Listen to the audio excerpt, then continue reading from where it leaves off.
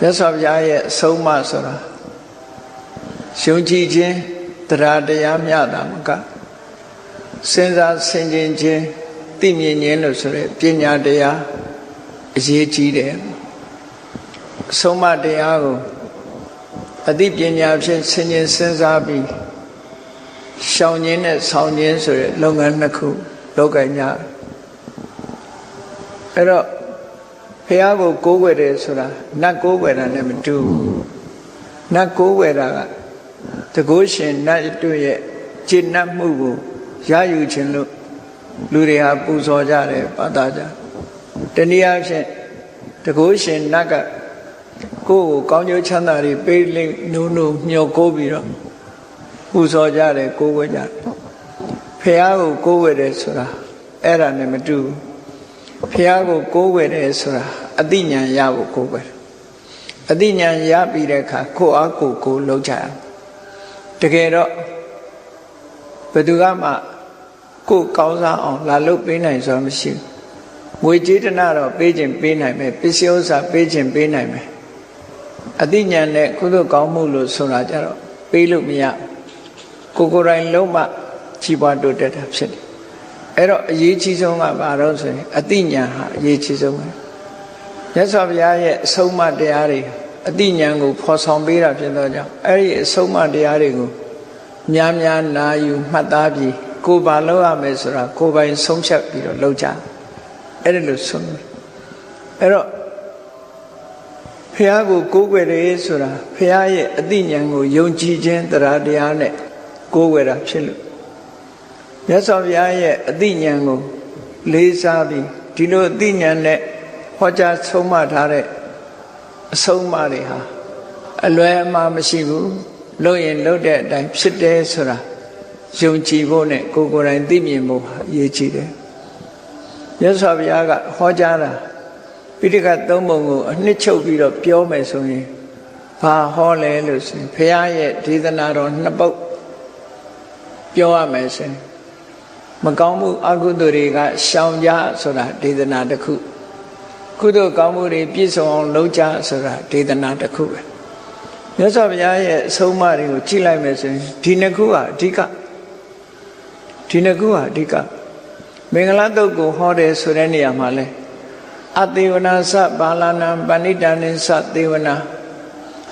အသိပညာမရှိတဲ့ပုဂ္ဂိုလ်တွေရဲ့အကြံဉာဏ်တွေယူပြီးတော့သူတို့ကိုဆရာတင်ပြီးခေါင်းဆောင်ထားပြီးမလုပ်ကြနဲ့ပညာရှိတဲ့ပုဂ္ဂိုလ်တွေဘာလားဆိုတာအသိဉာဏ်ကင်းမဲ့တဲ့ပုဂ္ဂိုလ်တွေသိဉာဏ်မရှိတဲ့ပုဂ္ဂိုလ်တွေ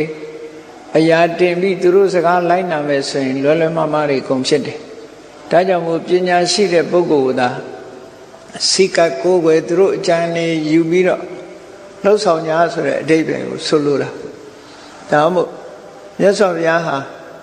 ဆုံးမဩဝါဒပေးရင်ပထမရှောင်ရမှာကိုဟောတယ်နောက်ထပ်လုပ်ရမှာကိုဟောတယ်ဒီနှစ်ခုပဲမိဘတွေကကိုယ်သားသမီးကိုဆုံးမတာလဲဒီနှစ်ခုပဲမဟုတ်လားမင်းဘယ်သူနဲ့မပေါင်းနဲ့ဘယ်သူနဲ့ပေါင်းဒါမလုံးနဲ့ဟိုဟာလုံးဒါပဲပြောတာပဲအနှစ်ချုပ်လိုက်ရင်ဒါပဲရှိတယ်လောကကြီးတစ်ခုလုံးမှာမလုံးရမှာနဲ့လုံးရမှာဒီနှစ်ခုပဲရှိတယ်အဲ့ဒါကိုပဲမြတ်စွာဘုရားကဟောတာဖြစ်တယ်အဲ့ဒါကိုကိုယ်အသိဉာဏ်နဲ့စဉ်းစားပြီးတော့ရှောင်ရမှာကိုရှောင်ဖို့နဲ့လှုပ်ဆောင်ရမှာကိုလှုပ်ဆောင်ဖို့ဟာအဓိကအဲ့ဒါမှကောင်းကျိုးချမ်းသာတွေကိုရနိုင်တယ်တဲ့ဒါကြောင့်မြတ်စွာဘုရားရဲ့ဂုဏ်ကျေးဇူးတော်တွေကိုသိပြီးစိကကိုးဝယ်တဲ့ပုဂ္ဂိုလ်တိုင်းဟာမြတ်စွာဘုရားကဘာတွေကိုရှောင်ခိုင်းတယ်လဲဘာတွေကိုလှုပ်ခိုင်းတယ်လဲဆိုတာသိဖို့အရေးကြီးမြတ်စွာဘုရားကမကောင်းမှုအကုသိုလ်တွေကရှောင်ကြကုသိုလ်ကောင်းမှုတွေမိမိတဏ္ဍာမှာပြည့်စုံအောင်လုပ်ကြလို့ဆိုရယ်ဒီစကားနှစ်ခုဒေသနာတော်2ရက်ဆိုတာရှိတယ်အဲ့ဒီဒေသနာတော်2ရက်ထဲမှာရှောင်ရမှာဆိုတာတွေကတော့အလုံးသိကြတဲ့အတိုင်းမကောင်းကျိုးကိုပေးတတ်တဲ့ဆင်းရဲဒုက္ခအကျိုးကိုပေးတတ်တဲ့အပြစ်ရှိတဲ့မကောင်းတဲ့အကုသိုလ်တရားတွေကရှောင်ကြရမှာဖြစ်တယ်ဒါမရှောင်လို့ရှိရင်လည်းကောင်းကျိုးချမ်းသာမရနိုင်ဆိုပါစို့ယောဂဝေဒနာဆွဲကပ်နေတဲ့လူတယောက်စီဂျိုယောဂရှိတယ်ဆိုအချိုးရှောင်ဆိုတာလောက်ရတာပဲ သွေးတို့ယောဂရှိရင်လည်းအငန်းရှောင်ဆိုတာလောက်ရတာပဲရှောင်ရမှာဆိုတာရှိကိုရှိအဲ့ဒါလို့ရှောင်ရမှာကိုရှောင်ဖို့ဒါနံပါတ်1အရေးကြီးရှောင်ယုံနဲ့ပြီးလာလို့ဆိုမပြီးသေးဘူးလောက်ရမယ့်ဟာကိုလောက်အောင်အဲ့ဒါကြောင့်ရှောင်ရမယ့်ဟာကိုရှောင်ထားပြီးလောက်ရမယ့်ဟာတွေကိုလုံးဝကောင်းကျိုးချမ်းသာဆိုတာရနိုင်တယ်ကောင်းပြီမြတ်စွာဘုရားကလောက်ရမှာဆိုတာကိုဘာပြောတော့လို့ဆိုကုသိုလ်ကောင်းမှုတွေကိုလှုပ်ကြလို့ဒီလိုဆို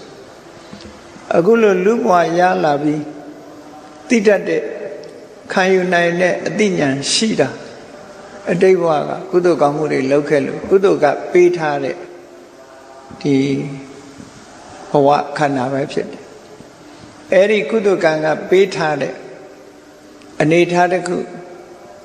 သူဂတိဘုံလို့ခေါ်တဲ့လူဘုံနတ်ဘုံဒီဘုံတွေကိုရောက်ရှိပြီးတော့လာကြတယ်အဲ့တော့ဒီသူဂတိဘုံလို့ခေါ်တဲ့လူပြေနတ်ပြေဟာဘာကြောင့်ရောက်လာတာတုံးလို့အကြောင်းတရားကိုရှာလို့ရှိရင်လှူမှုတမ်းမှုဆိုတဲ့ဒါနကောင်းမှုကိုချင်းသီလကိုထိမ့်သိမ်းဆောက်ရှောက်မှုဆိုတဲ့သီလကောင်းမှု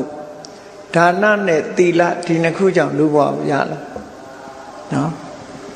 ဒါနရဲ့သီလရဲ့ဘာဝနာရဲ့တို့သုံးမျိုးရှိတဲ့ထဲမှာဒါနကုသိုလ်ကြောင့်သီလကုသိုလ်ကြောင့်ဒါနကုသိုလ်ကိုအတိုင်းအတာတစ်ခုနဲ့လုပ်တယ်သီလကုသိုလ်ကိုအတိုင်းအတာတစ်ခုနဲ့လုပ်ရင်လူဘဝရောက်တယ်တာမန်လူတူဖြစ်တယ်ဒါနကုသိုလ်ကိုဆွဲဆွဲမြဲမြဲလုပ်တယ်သီလကုသိုလ်ကိုဆွဲဆွဲမြဲမြဲလုပ်တယ်ဆိုရင်လူမှအထက်တန်းကြတဲ့လူဖြစ်တယ်နတ်ပြည်ကိုရောက်နိုင်တယ်လို့ဒီလိုဆိုတယ်ဘာဝနာကုသိုလ်လုပ်တဲ့အခါကျတော့မှဗြဟ္မပြည်ကိုရောက်တယ်သမထဘာဝနာလုပ်ကိုလုပ်မှဗြဟ္မပြည်ကိုရောက်တယ်ဘဝတန်တရားထဲမှာအခုလို့သူဒီဘုံလို့ခေါ်တဲ့လူဘုံနတ်ဘုံဗြဟ္မဘုံရောက်ဖို့ဆိုတာဒီကုသိုလ်တွေရဲ့စွမ်းအားနဲ့ရောက်ကြဒီကုသိုလ်တွေမပါဘဲမရောက်ဘူးဒါဖြင့်ဒီကုသိုလ်တွေမရှိဘဲနဲ့မြတ်စွာဘုရားကရှောင်ကြလို့ဆိုတာတွေမရှောင်လို့လုံနေတဲ့ပုဂ္ဂိုလ်တရားဝါတွေကလောကမှာအများကြီးရှိတယ်အဲ့ဒီအများကြီးကဘယ်ရောက်ကုန်လို့ဆိုရင်အလွန်ကျွံလုံးတဲ့ပုဂ္ဂိုလ်တွေကငရဲကြသူတို့တော့မလုပ်ဘူးသူတို့တဲ့နည်းနည်းရောပါတယ်ဆိုရင်တိရစ္ဆာန်ဘဝရောက်တယ်အဲ့ဒီတဲ့နည်းနည်းရောပါတာကြပြိတ္တာဘုံရောက်တယ်လို့အပေဘုံကိုရောက်ကြတာအကုသိုလ်တွေကြောင့်30ဘုံကိုကန့်သက်ပြီးတော့ပြောမယ်ဆိုလို့ရှိရင်အပေ4ဘုံဟာအကုသိုလ်တွေရဲ့ကျိုးပေးရာဌာနပဲဖြစ်တယ်အပေ4ဘုံရောက်သွားတာဟာအကြောင်းမဲ့ရောက်တာမဟုတ်ဘူးလူတွေရဲ့စိတ်ထဲနှလုံးထဲမှာအကုသိုလ်တွေလွှမ်းမိုးထားတဲ့အခါအပေဘုံရောက်သူတို့ရဲ့အနေထားတစ်ခုကိုကြည့်ပေါ့ကြားတဲ့ဝါတကောင်ရဲ့အနေထားကိုကြည့်မယ်ဆိုရင်နော်သူဟာတတ်ဖို့ဖြတ်ဖို့စားဖို့တောက်ဖို့ဒီဟာပဲသူ့စိတ်ထဲမှာရှိတယ်ရဲဆက်ဆက်တတ်မယ်သူ့မှာအကျဉ်းတရားဆိုတာမရှိဘူးကရုဏာဆိုတာမရှိဘူးမေတ္တာဆိုတာမရှိဘူးဒီလိုဆိုလို့ရပေါ့အဲ့ဒါလိုပဲဘဝခရီးဖြတ်တန်းနေတဲ့အခါအကုသိုလ်တွေလွှမ်းမိုးနေတဲ့ပုဂ္ဂိုလ်တွေရဲ့ဒီစိတ်နှလုံးမှာလောဘတွေဒေါသတွေမောဟတွေလွှမ်းမိုးနေသည့်အတွက်ကြောင့်သူတို့ဖြစ်တဲ့ဘုံဘဝတွေကလည်းအပေဘုံမှာပဲသွားပြီးတော့ဖြစ်ကြလောဘတွေလွှမ်းမိုးထားတဲ့ပုဂ္ဂိုလ်တွေကြတော့စိတ်ဓာတ်ဘဝရောက်ပြီးငတ်ငတ်ပြက်ပြက်နေကြရတယ်ဒေါသတွေလွှမ်းမိုးထားတဲ့ပုဂ္ဂိုလ်တွေကြတော့ခုနအပင်ငရဲကြကြရတယ်မောဟတွေလွှမ်းမိုးထားတဲ့ပုဂ္ဂိုလ်တွေကြတော့တိရစ္ဆာန်ဘဝရောက်သွားတယ်လို့ဒီလိုလဲဆိုထားတာရှိတယ်ပေါ့နော်အဲ့တော့အကုသိုလ်တရားတွေရဲ့လွှမ်းမိုးမှုကြောင့်မိမိတို့မြင်နေကြရတဲ့တိရစ္ဆာန်ဘဝရောက်ပြီးတော့နေကြအဲ့ဒီဘဝတွေဟာအကြောင်းမဲ့ရောက်တာမဟုတ်ဘူးအကုသိုလ်တွေကိုမရှောင်လို့သာရောက်တာဖြစ်တယ်အေးအဲ့ဒါလိုပဲတို့တွေလူဘဝရောက်နေတာလည်းပဲအကြောင်းမဲ့ရောက်တာမဟုတ်ဘူးဒါနကောင်းမှုတွေလုပ်တယ်ဒါနကောင်းမှုလုပ်နိုင်တယ်ဆိုတာလောဘရဲ့ဆန့်ကျင်မဲ့အလောဘဆိုတာရှိလို့လုပ်ဖြစ်တယ်လောဘဆိုတာသိမ့်ပိုက်ထားတယ်တွေ့တာထားတယ်ငါဟာလို့ဆွဲထားတယ်အလောဘဆိုတာစွန့်လွတ်နိုင်တဲ့အနေထားတစ်ခုရှိတယ်နော်ငါဟာလို့တတ်မှတ်မထားပဲနဲ့စွန့်လွတ်နိုင်တယ်အဲ့ဒီအလောဘရဲ့စွမ်းအားကြောင့်ဒါနကုသိုလ်လုပ်ဖြစ်တယ်တခါအဒေါသဆိုတဲ့မုန်းတိမှုကင်းပြီးတော့စိတ်နှလုံးအများရဲ့အကျိုးကို လိုလားတဲ့မေတ္တာစိတ်နှလုံးရှိဒါကြောင့်မို့လို့ဒါနကောင်းမှုလုံးနိုင်တယ်သီလလည်းစောင့်တည်နိုင်တယ်အမှန်တရားကိုသိခြင်းကြောင့်မောဟနေပါခြင်းကြောင့်ဘာဝနာကုသိုလ်လုံးတယ်ဒါကြောင့်မို့စာပေကျမ်းဂန်မှာဘယ်လိုဆိုတော့ဆိုရင်အလောဘောဒါနဟေတုလေအလောဘဆိုတဲ့တွေ့တာမှုသိမ့်ပိုက်မှုမရှိတဲ့သဘာဝတရားဟာပေးမှုကမ်းမှုဆိုတဲ့ဒါနလုပ်ဖြစ်ခြင်းရဲ့အကြောင်းတရားဖြစ်တယ်လို့ဆိုလို့အာဒေါသောသီလဟေတုမုန်းတိမှုကင်းခြင်းဆိုတဲ့မေတ္တာတရားဟာသီလစောင့်တည်ခြင်းရဲ့အကြောင်းတစ်ခုဖြစ်လာတယ်နော်အာဒေါသောသီလဟေတုအမောဟဘာဝနာဟေတုအမောဟဆိုတဲ့တရားဟာအသိပညာတွေတတိတွေတမာတိတွေပညာတွေတိုးပွားလာအောင်ကြိုးစားအထောက်ရတဲ့ဘာဝနာလုပ်ငန်းကိုလုပ်ခြင်းရဲ့အကြောင်းတစ်ခုဖြစ်တယ်လို့အဲ့ဒီအလောဘအာဒေါသအမောဟဆိုတဲ့ကုသိုလ်တရားတွေကိုယင်ထဲဖြစ်လာပြီဆိုလို့ရှိရင်အဲ့ဒီတရားတွေရဲ့စွမ်းအားကြောင့်အလောဘဖြစ်လာပြီဆိုရင်လှမှုတမ်းမှုတွေလုပ်တယ်အာဒေါသဖြစ်လာပြီဆိုရင်သီလဆောက်တည်တာတွေလုပ်လာတယ်အမောဟဖြစ်လာပြီဆိုရင်သမထကျင့်စဉ်ဝိပဿနာကျင့်စဉ်ဆိုဘာဝနာလုပ်တယ်လုပ်လာတယ်အဲ့ဒီလုပ်ငန်းတွေကြောင့်သူဂတိဘုံတွေဆိုတာဖြစ်ပေါ်လာအကြောင်းပဲဖြစ်တာမဟုတ်ဘူးလူဖြစ်လာတာအလောဘအရောဓဒါနသီလကုသိုလ်ကြောင့်ဖြစ်တာဗြဟ္မာဖြစ်တာဘာဝနာကုသိုလ်ကြောင့်ဖြစ်တာလို့အဲ့လိုဖြစ်တဲ့အထဲမှာလည်းပဲဒီဒါနလုပ်တဲ့အတိုင်းအတာသီလဆောက်တည်တဲ့အတိုင်းအတာဘာဝနာကမ္မထံကျိုးပန်းအထုတ်တဲ့အတိုင်းအတာတွေရှိသူ့အတိုင်းအတာရလူတွေဟာအဆင့်မတူတာတွေတော့ရှိလာတယ်ပေါ့နော်အဲ့တော့အဓိကကုသိုလ်ကောင်းမှုလုပ်တယ်ဆိုတဲ့အခါမှာထက်ထက်မြက်မြက်ဆန္ဒကြီးမားတဲ့ဆန္ဒရှိသည့်အားလျော်စွာကြိုးစားတဲ့ဝိရိယရှိသည့်အားလျော်စွာကြံ့ခိုင်တဲ့စိတ်ထားကြံ့ခိုင်ပြီးအသိပညာလွှမ်းမိုးချုပ်ကိုင်ပြီးတော့လုပ်မယ်ဆိုလို့ရှိရင်အဋ္ဌိပတ်၄ပါးသို့မဟုတ်အဓိပတိတက်ပြီးတော့လုပ်တဲ့ကုသိုလ်ကောင်းမှုတွေဟာပို့ပြီးတော့လွန်ကဲကောင်းကျိုးချမ်းသာကိုပေးစေနိုင်တယ်ပေါ့ကမ္မထာအထုတ်တာဒီပင်ပျော့ညံ့တဲ့ဆန္ဒဝိရိယစိတ်ဓာတ်ပညာတို့နဲ့လုံးလို့ရှိရင်အကျိုးပေးတဲ့အခါမှာပျော့ညံ့တယ်အလယ်လက်ဆန္ဒဝိရိယတွေနဲ့လုံးလို့ရှိရင်အလယ်လက်လောက်ပဲအကျိုးပေးတယ်အထက်တန်းကြပြင်းပြင်းထန်ထန်ဆန္ဒဝိရိယတွေနဲ့လုံးမယ်ဆိုရင်အကျိုးပေးတဲ့အခါမှာအထက်တန်းကြတယ်လို့ဒီလိုကွဲပြားခြားနားမှုလေးတွေရှိတယ်ပေါ့ဒါကြောင့်မို့ကုသိုလ်ကောင်းမှုလုပ်တဲ့အခါမှာထက်တန်တဲ့ဆန္ဒကြီးမားတဲ့လုံလဝိရိယကြံ့ခိုင်တဲ့စိတ်ဓာတ်ဆင်ញင်တုံတရားလို့ဆိုတဲ့ဝိမာန်သားတွေဥစည်းပြီးတော့လှုပ်ဖို့လိုအပ်တယ်တဲ့အဲ့ဒါလှုပ်လို့ရှိရင်ပို့ပြီးတော့အကျိုးရှိတယ်ပေါ့အဲ့တော့ကုသိုလ်ကောင်းမှုဆိုတာလှုပ်ရမယ်ကုသိုလ်ကောင်းမှုဟာဘယ်နည်းနဲ့ပဲဖြစ်ဖြစ်ကိုယ်တဏ္ဍာမှာကုသိုလ်ဖြစ်အောင်ကြိုးစားဘာကြောင့်ကြိုးစားရတယ်လဲဆိုလို့ရှိရင်ကုသိုလ်ဟာချမ်းသာဒုက္ခကိုပေးနိုင်တာဖြစ်တယ်လောကလူတွေလိုချင်တာဘာလိုချင်တာတုံးဆိုရင်ချမ်းသာဒုက္ခလိုချင်ချမ်းသာမှုကိုလိုချင်အေးပြောကြလိမ့်မယ်ချမ်းသာဒုက္ခလိုချင်တာမဟုတ်ပါဘူးပိုက်ဆံလိုချင်တာပါလို့ပြောကောင်းပြောလိမ့်ပိုက်ဆံကဘာအတွက်တုံးလို့မေးလို့ရှိရင်ပိုက်ဆံရတော့သုံးရတယ်စားရတယ်လိုချင်တာတွေရတယ်ဆိုအဲ့ဒီလိုချင်တာရမှုဆိုတဲ့ချမ်းသာကိုပဲမျှော်လင့်တာပါတကယ်ကတော့အဲ့ဒါကြောင့်နောက်ဆုံးအနှစ်ချုပ်လိုက်တဲ့အခါမှာချမ်းသာဒုက္ခကိုလိုချင်ကြတာကြီးပဲအဲ့ဒီချမ်းသာဒုက္ခကိုဘယ်သူကပေးနိုင်တုံးလို့ဆိုကုသိုလ်ကံကမှပေးနိုင်တယ်အမေဖေကပေးတဲ့ချမ်းသာဒုက္ခအမေကပေးတဲ့ချမ်းသာဒုက္ခအဖေကပေးတဲ့ချမ်းသာဒုက္ခဘိုးဘွားဆွေမျိုးတွေကပေးတဲ့ချမ်းသာဒုက္ခဆိုအနည်းငယ်လေးလောက်ပဲရှိတယ်နော်ဘဝတစ်ခုတည်ဆောက်နိုင်လောက်အောင်အင်အားမရှိဘူးအမေဖေကပတ်စံပေးခြင်းပေးနိုင်မယ်ဆွေမျိုးသားချင်းတွေကငွေကြေးပေးခြင်းပေးနိုင်မယ်ချမ်းသာဒုက္ခဆိုတာမလုံနိုင်ဘူးဘဝတစ်ခုမှာဒီအောင်မြင်ချီးပွားဖို့ဆိုတာကုသိုလ်ကောင်းမှုရှိမှလုပ်လို့ရတယ်ပေါ့ဆိုပါတော့ကျမ်းမာတန်ဆွမ်းပြီးယောဂကင်းတဲ့ဘဝမျိုးဆိုတာအမေကပေးလို့မရဘူးအဖေကပေးလို့မရဘူးကုသိုလ်ကံကသာပေးတာဒါကြောင့်မလို့မိသားစုထဲမှာတချို့ကချမ်းသာတယ်တချို့ကမချမ်းသာဘူးတချို့ကချမ်းသာတယ်တချို့ကမချမ်းသာ တချို့ကအသက်ရှည်တယ်တချို့ကအသက်တူဆူကြုံနေဖြင့်ကွဲသွားတာဘာကြောင့်လဲလို့ဆိုရင်သူတို့လုပ်ခဲ့တဲ့ကုသိုလ်ကံတွေကြောင့်ဖြစ်တာနော်ကုသိုလ်ကံတွေရဲ့အနေအထားတစ်ခုပေါ်မှာမူတည်ပြီးမတူညီမှုတွေဖြစ်တယ်ဒါကြောင့်မြတ်စွာဘုရားကကမ္မံတတ္တိဝိပစ္စတိယတိတံဟိနနေတတယထက်တန်းကြတာအောက်တန်းကြတာဘယ်သူကအဆင့်ကိုသတ်မှတ်သွားတော့ဆိုရင်ကိုလုံးတဲ့ကုသိုလ်ကံတွေသတ်မှတ်မိသားစုတူထဲမှာညီကိုမောင်နှမအရင်ခြာကြီးဖြစ်တော်လဲပဲအဲ့ဒီအဆင့်ဆိုတာကွာသွားတာအဲ့ဒီကွာတာကိုဘယ်သူကခွဲပေးတယ်ဆိုကံတရားပဲကိုလုံးခက်တာတွေကြတော့မတူကြဘူးဒါကြောင့်မို့ကုသိုလ်ကံကုသိုလ်ကောင်းမှုလုပ်တဲ့အခါမှာ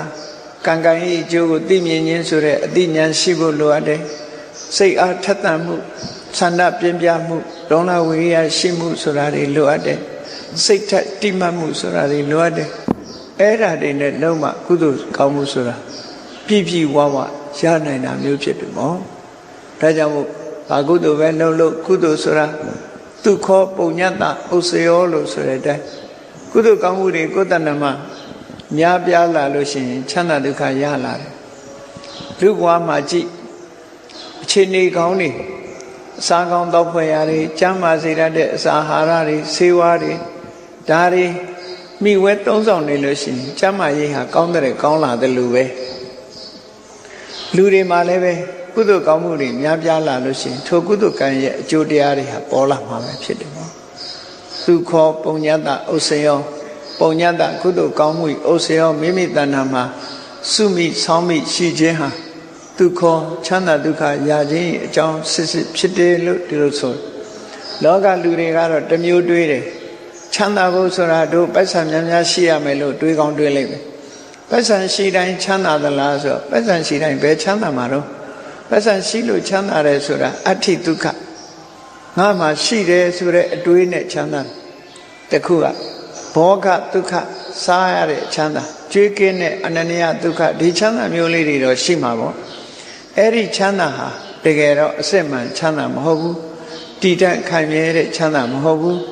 ပိုက်ဆံရှိလို့တောကရောက်တဲ့လူတွေအများကြီးပဲပိုက်ဆံရှိလို့ဒုက္ခရောက်တဲ့လူတွေလည်းအများကြီးကြည့်ငွေကြေးတနများလာပြီဆိုတဲ့ပုဂ္ဂိုလ်တွေဟာကိုယ်စိတ်ထဲမှာတောကတွေဖြစ်လာရနော်ချမ်းသာလေးလေးဆိုရင်တောကများလေးလေးဒီလိုဖြစ်လာအဲ့ဒါကြောင့်မလို့ချမ်းသာဒုက္ခဆိုတာငွေကြေးတနကအပြည့်အဝမပေးနိုင်ဘူးငွေကြေးတနကိုအပြည့်အဝပေးနိုင်တဲ့ချမ်းသာဆိုတာမရှိဘူးအမတန်မှရှားပါတယ်အပြည့်အဝမပေးနိုင်တကယ်ချမ်းသာအစစ်တောကကင်းပြီးတော့ရနိုင်တဲ့ချမ်းသာဒုက္ခအစစ်ဆိုတာကုသိုလ်ကောင်းမှုကသာပေးနိုင်တာဖြစ်တယ်ပေါ့ကုသိုလ်ကောင်းမှုလုပ်တဲ့ပုဂ္ဂိုလ်ဟာအနဝိစ္စဒုက္ခလို့ဆိုတဲ့အပြစ်ကင်းတဲ့ချမ်းသာဟာတောကမပါတဲ့ချမ်းသာစိုးရိမ်စရာမရှိတဲ့ချမ်းသာဒီဘဝမှာသာချမ်းသာတာမဟုတ်ပဲနောက်ဘဝထီအောင်ဘဝဆက်တိုင်းချမ်းသာတဲ့ချမ်းသာအစစ်ကိုပေးနိုင်တာဖြစ်တယ်ဒါကိုရည်ညွှန်းပြီးတော့မြတ်စွာဘုရားသူခောပုံညတ္တဥစ္စယောဘဝအဆင့်ကိုမြင့်တင်ပေးတတ်လို့ပုံညလို့ဆိုရတဲ့ကုသိုလ်ကောင်းမှုကိုမိမိတဏ္ဍာမှာရအောင်စီးပူအထုတ်ခြင်းဟာချမ်းသာဒုက္ခရခြင်းအကြောင်းဖြစ်တယ်တဲ့ဒါကြောင့်မို့မြတ်စွာဘုရားကတိုက်တွန်းတယ်ပုံဉ္စေပုရိသောကရိတာလူဖြစ်လာလို့ရှိရင်ကုသိုလ်ကောင်းမှုလုပ်ပါတဲ့ချမ်းသာခြင်းဘာလို့ကုသိုလ်ကောင်းမှုလုပ်ကုသိုလ်ကောင်းမှုလုပ်တယ်ဆိုတာဘယ်လိုဟာတွေကကုသိုလ်ကောင်းမှုတုံးလို့မေးလိုက်မယ်ဆိုရင်ပတ်စံမရှိလို့မလှူနိုင်ဘူးဆိုတဲ့လူတွေကငါတို့တော့ဒါနကောင်းမှုမလုပ်နိုင်ဘူးလို့ထင်ကောင်းထင်လိမ့်မယ်မဟုတ်ဘူးဆွန်လေးတစ်စုံလောင်းတာလဲဒါနကောင်းမှုပဲနော်ကိုစားတဲ့ထဲကတလုံးတစုခွဲခြားလှူတာလဲဒါနကောင်းမှုပဲဖះပန်းလေးတစ်ပွင့်တင်လိုက်မယ်စီမီလေးတစ်တိုင်းလှူမယ်ရေချမ်းလေးတစ်ခွက်ကပ်မယ်ဒါတွေကဒါနကောင်းမှုတွေပဲကိုစားတဲ့ထဲကတနေ့တစ်လုံးဆိုတာဘယ်သူပဲဖြစ်ဖြစ်ခွဲဝေပေးနိုင်တယ်ပေါ့အဲ့ဒါလို့ပေးကမ်းလှူဒန်းခြင်းဟာလည်းဒါနကောင်းမှုဆိုတာဖြစ်တယ်အဲ့တော့ဒါနဆိုတာမဖြစ်ဖြစ်အောင်ကြိုးစားအထောက်အပြောသီးလေးတစ်လုံးစားရင်ရော့တချမ်းဆိုပြီးသူများပေးတာဒါနပဲနော်ဘယ်သူကြွေးကြွေးဒါနကောင်းမှုဖြစ်တယ်အဲ့ဒါလို့ပုံလေးတစ်ချက်စားလည်းပဲသူများကိုတစ်ဖက်ပေးတယ်ကော်ဖီလေးတစ်ခွက်တောက်ရင်လည်းပဲဟုတ်လားတဝက်ခွဲပေးတယ်ဒါတွေကဒါနကောင်းမှုတွေဒါကြောင့်လို့မဂ္ဂဒေဝလင်္ကာထဲမှာ ရေအေးတစ်ခွက်စီတစ်စက်နဲ့လက်ဖက်တယိုးကြံတချိုးမြတ်နော်ကြံတချိုးမြတ်မျက်နှိုးချီပြူဒါနဟူသည်ကုသိုလ်ကောင်းမှုရရပြုလောအေးတို့တော့လှူစရာမရှိလို့မလှူရဘူးဆိုတဲ့လူမျိုးတွေမဖြစ်ရအောင်ရေအေးတစ်ခွက်စီတစ်စက်နဲ့လက်ဖက်တယိုးကြံတချိုးမြတ်မျက်နှိုးကြည်ဖြူဒါနဟူသည်ကုသိုလ်ကောင်းမှုရရပြုလှုပ်ဖြစ်အောင်လုပ်ရမယ်လို့ဆိုဒါနကောင်းမှုရဲ့အကျိုးလွန်ဘဝမှာပြည့်ပြည့်စုံစေတဲ့အရာတစ်ခုသုတ္တန်တစ်ခုမှာဟောတယ်အနမေဝဘိနန္ဒန္တိဆိုတဲ့သုတ္တန်မြတ်စွာဘုရားဘယ်လိုဟောထားလဲဆိုလောကမှာစားစရာတောက်စရာအဝတ်အစားကောင်းပြီဆိုတဲ့အရာတွေဟာဒါနရှိတဲ့ပုဂ္ဂိုလ်စီစုပြုံရောက်သွားတယ်တဲ့ဒါနမရှိတဲ့ပုဂ္ဂိုလ်စီကတော့ရှားပါနေမှာပဲအမြဲတမ်းဒါလည်းတတိထားစရာကောင်းတယ်နော်တတိထားစရာကောင်းတယ်တချို့ကြတော့စားစရာတွေပြည့်ဝပြီးမကုံနိုင်တော့အောင်ပေါ်ပါတယ်ဆိုတဲ့နေရာမှာဒီမဲ့ပင်လယ်ထဲမှာမိုးရွာတယ်လို့ပဲရေရှိတဲ့နေရာမိုးရွာတယ်လို့ပဲဒါတွေကအကြောင်းမဲ့ဖြစ်တာမဟုတ်ဘူးအလားအဖြစ်တာမဟုတ်ဘူးဒါနကောင်းမှုရှိတဲ့ပုဂ္ဂိုလ်စီမှာပစ္စည်းဥစ္စာတွေဆိုတာစုပြုံရောက်လာစမြဲပဲဒါသူဌာနရဲ့ကောင်းမှုအေးဒါနကောင်းမှုမရှိဘူးဆိုလို့ရှိရင်သူများပေါ်သလောက်သူ့မှာရှားနေတတ်တယ်ဒါနမရှိလို့ရှိရင်ဒီလိုဆိုလို့တယ်နောက်ဆုံးမှာဒါနမလုပ်ယုံညမကဒါနရဲ့ဆန့်ကျင်ဘက်ဖြစ်တဲ့မစ္စရိယသူများပေးတာကန္နာတောင်မှနှမျိုးဝန်တိုတယ်ဆိုတဲ့မစ္စရိယတရားလွှမ်းမိုးပြီးမလှူရအောင်မတားရအောင်တားမြစ်ပိတ်ပင်တတ်တဲ့ပုဂ္ဂိုလ်မျိုးဆိုလို့ရှိရင်ဒီတဲ့ဆိုးတဲ့အခြေအနေတစ်ခုရောက်သွားဒီတဲ့ဆိုးတဲ့အခြေအနေတစ်ခုသူ့လက်ရောက်ရင်စားပွဲတောက်ပွဲတွေပျောက်သွားတယ်သူ့နားရောက်ရင်ကောင်းလို့ရရတွေအကုန်ပျောက်သွားတယ်အဲ့ဒါလောက်ထိအောင်မကောင်းတဲ့အကုသိုလ်ကလည်းအကျိုးပေးတတ်တယ်ပေါ့ဒါကြောင့်မို့ဒီကုသိုလ်ကောင်းမှုဆိုတာလုပ်ရမယ်တဲ့မြတ်စွာဘုရားပုံညာစေပုရိသောခရီးတာကုသိုလ်ကောင်းမှုလုပ်ပါတဲ့ဒါဖြင့်လုပ်ပြီးဆိုရင်ရောအဲ့ဒီကုသိုလ်ကောင်းမှုလုပ်ပြီးဆိုရင်ခရီးတာနံပုဏ္ဏပုဏ္ဏချိန်ချိန်ထပ်ထပ်လုပ်ကုသိုလ်ကောင်းမှုလုပ်မယ်ဆိုရင်အချိန်ချိန်လုပ်တခါလေးနဲ့ဂျင်းတ်မနေနဲ့ဘာဖြစ်လို့အချိန်ချိန်လုပ်ခိုင်းတာတော့ဆိုရင်ကောင်းကျိုးချမ်းသာတွေရစေခြင်းလို့လူကလည်းကောင်းကျိုးချမ်းသာတွေရခြင်းဒါကြောင့်ကုသိုလ်လုပ်တယ်ဆိုအချိန်ချင်းထပ်ထပ်တော့ကောင်းတဲ့လုပ်ဆိုတာထပ်ထပ်လုပ်ဖို့လိုအပ်တယ်အဲ့ဒါကိုမြတ်စွာဘုရားပုံညာစေပုရိသောကိယအဲ့ဒီမှာရှေ့ပိုင်းစကားကမြတ်စွာဘုရားကတိုက်တွန်းတဲ့သဘောကုသိုလ်ကောင်းမှုကိုလုပ်ပါလုပ်ပြီးဆိုရင်လည်းအချိန်ချင်းထပ်ထပ်ပြီးတော့လုပ်ပါဒီလိုဆိုလို့နော်တစ်ချိန်တစ်ခါလည်းနဲ့မချင်တတ်ပါနဲ့လုပ်ပါကယိရဏံပုဏ္ဏပုဏ္ဏတမ္မိဆန္ဒံကယိရာကုသိုလ်ကောင်းမှုလုပ်ဖို့စိတ်ဆန္ဒကိုအမြဲမွေးထားပါလို့ဟောဒီလိုဆိုလို့စိတ်ဆန္ဒအမြဲမွေးထားအဲ့ဒါဟာအရေးကြီးတဲ့အချက်တစ်ခုလူဘဝရလာပြီဆိုရင်ကုသိုလ်လုပ်ဖို့စိတ်ကိုအမြဲတမ်းညွတ်နေရအဲ့ဒါကိုအဘိဓမ္မာကျမ်းကိုဖွင့်ဆိုတဲ့အထသာလိနိထေကထာမှာဆိုရင်လူလောကမှာကုသိုလ်ဖြစ်ဖို့ဆိုတာအလွန်ခဲရင်းနေအလွန်ခဲရင်းနေအာယုန်ကြီးကြည့်ပြီးတော့ကုသိုလ်ဖြစ်တယ်ဆိုတာဟာအမှန်တန်ကိုဒီကြီးမားတဲ့စွမ်းအားရှိတဲ့အကြောင်းတရားတွေရှိလို့ပဲအဲ့ဒီအကြောင်းတရားတွေထဲမှာဘာတွေကကုသိုလ်ဖြစ်စေတာတော့လို့ဆိုလို့ရှိရင်ကြည့်လေ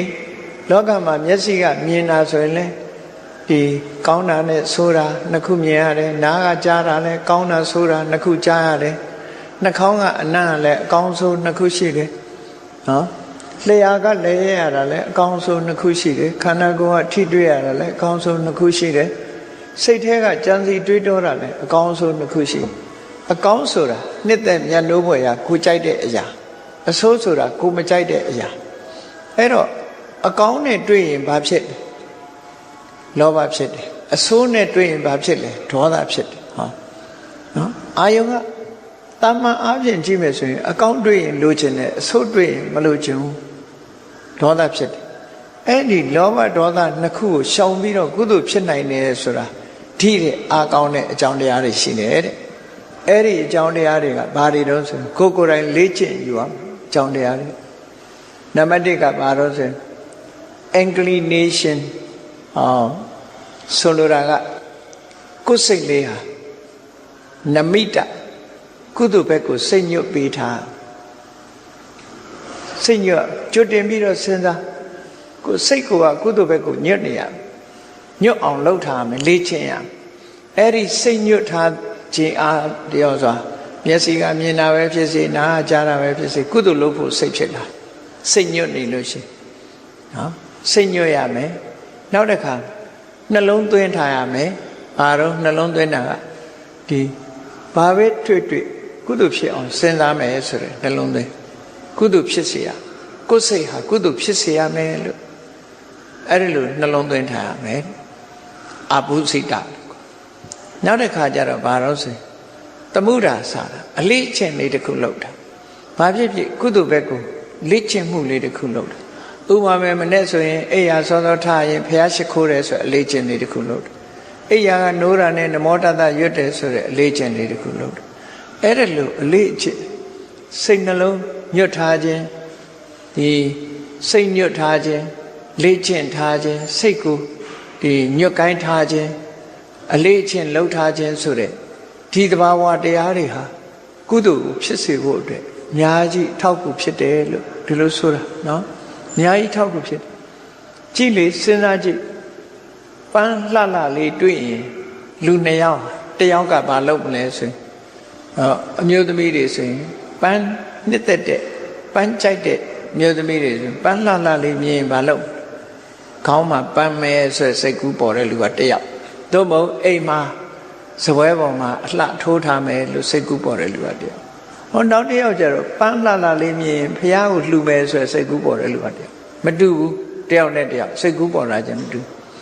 အဲ့ဒါဘာကြောင့်စိတ်ကူးချင်းကွဲနေတယ်လဲလို့ဆိုရင်စိတ်ညွတ်နေမှုကကွာခြားတယ်ပေါ့အလှပါကြိုက်ပြီးပန်းညင်တဲ့လူကကြတော့ပန်းမို့ပဲစိတ်ကူးတယ်အေးဖះကိုကြီးညိုလေးစားပြီးဖះပန်းတင်လေးရှိတဲ့ပုဂ္ဂိုလ်ကပန်းလှတာမြင်တာနဲ့ဖះလှူဖို့ဆိုတာစိတ်ညွတ်သွားအဲ့ဒီလူဟာမျိုးကိုဆိုလိုတာနော်အဲ့လိုဟာမျိုးစားကောင်းတောက်ဖွယ်လေးစားတဲ့အခါမှာလည်းထိုးတူပဲကြည့်ဩကိုကောင်းတာလေးစားလိုက်ရရင်ဟာဒါလေးလှူချင်လိုက်တာသူတို့လည်းကြိုက်ကြမှာပဲဆိုရယ်ဟောအတွေးဝင်တာတစ်မျိုးငါဝအောင်စားမယ်နောက်တစ်ခါလာစားအောင်မယ်နေတိုင်းဒါစားမယ်လို့တွေးတဲ့လူကလည်းတွေးမှာပဲအဲ့တော့ကိုယ်စိတ်လေးဟာကုသိုလ်သာဖြစ်စေရမယ်ဆိုတဲ့ဒီနှလုံးသွင်းဆုံးဖြတ်ထားချက်ပေါ့အဲ့ဒီနှလုံးသွင်းဆုံးဖြတ်ထားချက်လည်းရှိရမယ်ကုသိုလ်ဘက်ကိုစိတ်ညွတ်နေတာလည်းရှိရမယ်အလေးကျင့်လုပ်ထားတာလည်းရှိရမယ်မှန်ကန်တဲ့နှလုံးသွင်းလည်းရှိရမယ်အဲ့ဒီလို၄မျိုးနဲ့